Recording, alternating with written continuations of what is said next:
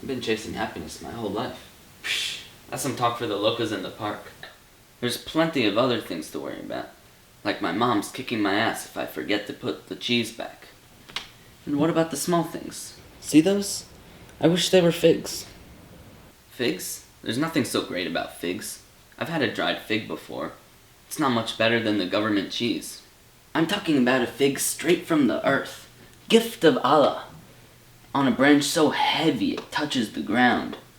I'm talking about picking the largest, fattest, sweetest fig and putting it in my mouth. Well, sure, I want the greatest fig in the world, but you need to snap into reality. You do not understand. I used to have a fig tree when I lived in my homeland. In America, it's just not the same. I don't dream of American grandeur, just to be content here. America doesn't give you the chance to be happy as yourself. You're always doing something for someone else. My wife used to tell me just to plant a fig tree, but I never did. I suppose it always was more about the sentiment. I'm a fan of fresh fruit myself. I keep the basement fridge stocked with it, but I gotta say I disagree. You ain't gonna make it in America just sitting around. You gotta work hard to get where you want. What's stopping you from planting the tree yourself? No, I forget to water my own garden. Though America is sweet, it cannot replace for me what I once had. But perhaps one day I will find what I so long for. Anyway, I must go. Farewell. You look like you could be a principal. Well, I'm not. I got a business. I got some boys like you working for me. Sure. I sell kitchen and bathroom sinks. It became quite successful from the war. Of course you benefit from war. Here's a story. One day, my neighborhood gets a dose of military-strength tear gas from the cracked canisters of the loco who'd been storing the stuff. My moms knew right away what it was. She recognized its smell from the year the United States invaded our island. Well now, I'm sorry about that, but it's really no fault of mine. Yeah?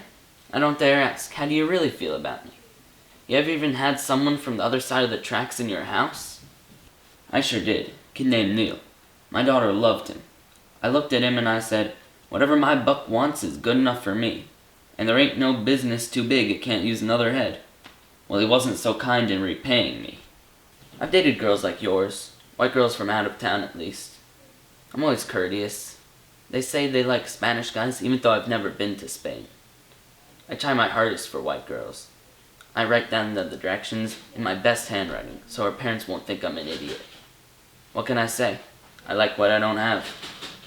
Maybe it's only a matter of time before you get what you want. People like me can't get what they want. People hate me. In the neighborhood, I need to avoid Howie with his killer mutts, and outsiders think everyone gets stabbed in the terrace. That's why I gotta hide who I am. I have a routine.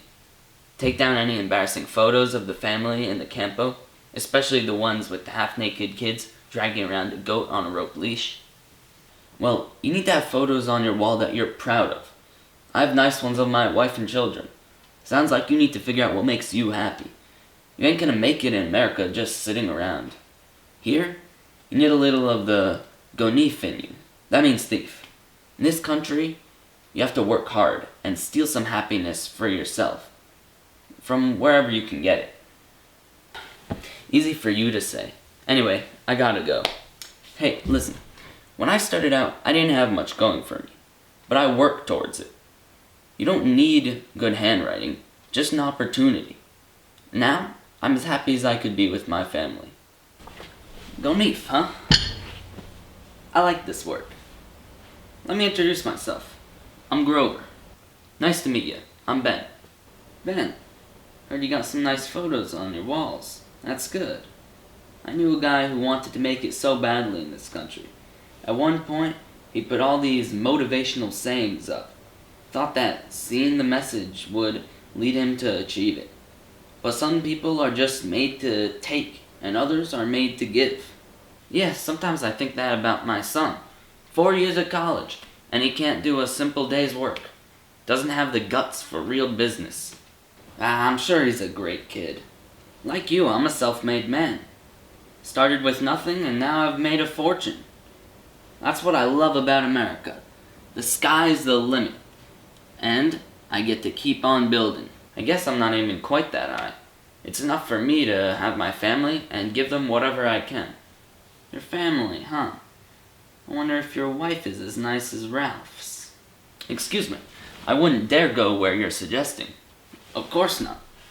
But I'm sure I would enjoy your upholstery.